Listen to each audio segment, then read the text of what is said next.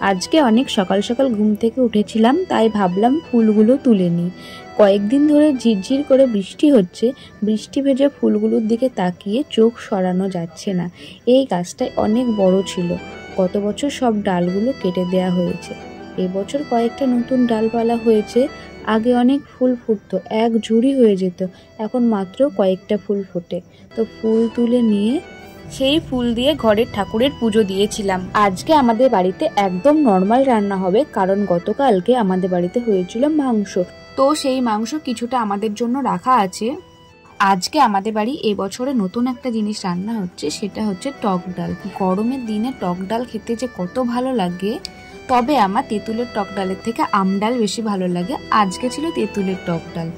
স্নান করে একটু ক্রিম মেখে নিলাম। ফেস ওয়াশ করার পর মুখটা একদম ড্রাই হয়ে যায়, তো ক্রিমটা মাখতেই হয়। কয়েকদিন ধরে বৃষ্টির জন্য বাইরে একদম বেরোনো যাচ্ছে না। যখনই বেরোনোর সময় হচ্ছে তখনই যেন বৃষ্টি শুরু হয়ে যাচ্ছে। খুব প্রয়োজন পড়লে সেখানে ছাতা মাথায় দিয়ে যেতে হচ্ছে। একদিকে যেমন বৃষ্টির জন্য বিরক্তি লাগছে, আবার আর একদিকে ভালোও লাগছে। রাতে খুব ভালো ঘুম হচ্ছে, এত ঠান্ডা, এক ঘুমে পুরো সকাল হয়ে যাচ্ছে। আজকে আমাদের গাছের একটা পেঁপে পাখিতে ফেলে দিয়েছে, তো সেটাই কুড়িয়ে এনেছিলাম। পেঁপেটা অনেক বড় সাইজের ছিল, তবে পেঁপেটা একদম মিষ্টি না, খেতে একটুও ভালো না। তবে পেঁপে খাওয়া যেহেতু ভালো, তাই এক পিস কষ্ট করে খাওয়ার চেষ্টা করছিলাম। তবে সেদ্ধ হয় খুব ভালো। আর নিজেদের গাছের জিনিস ফেলতে একটু কেমন মায়া লাগে যেন, তাই আমি একটু কষ্ট করেই খেয়েছিলাম। আজকে মা কয়েকটা আলুর পাঁপড় ভাজছিল, তো তাই মা ডাকলো যে কয়েকটি পাঁপড় নিয়ে যেতে। এখন বাড়িতে আলুর পাঁপড় দেওয়ার পরে খুব যেন আলুর পাঁপড় ভাজা হয়। এখন নতুন নতুন খেতে বেশ ভালোই লাগে। কয়েকদিনের মধ্যেই এক কৌটো আলুর পাঁপড় হাফ হয়ে গেছে। আসলে আমাদের সবাই আলুর পাঁপড় খেতে অনেক ভালোবাসে, তাই এত তাড়াতাড়ি ফুরিয়ে যাচ্ছে। তারপরে দুপুরে খেতে বসেছিলাম। দুপুরে ছিল আলু কুমড়োর তরকারি, তো এটা খেতে বেশ ভালোই হয়েছিল। এরপর ছিল সেই তেঁতুলের টক ডাল, খেতে মোটামুটি ভালোই হয়েছে।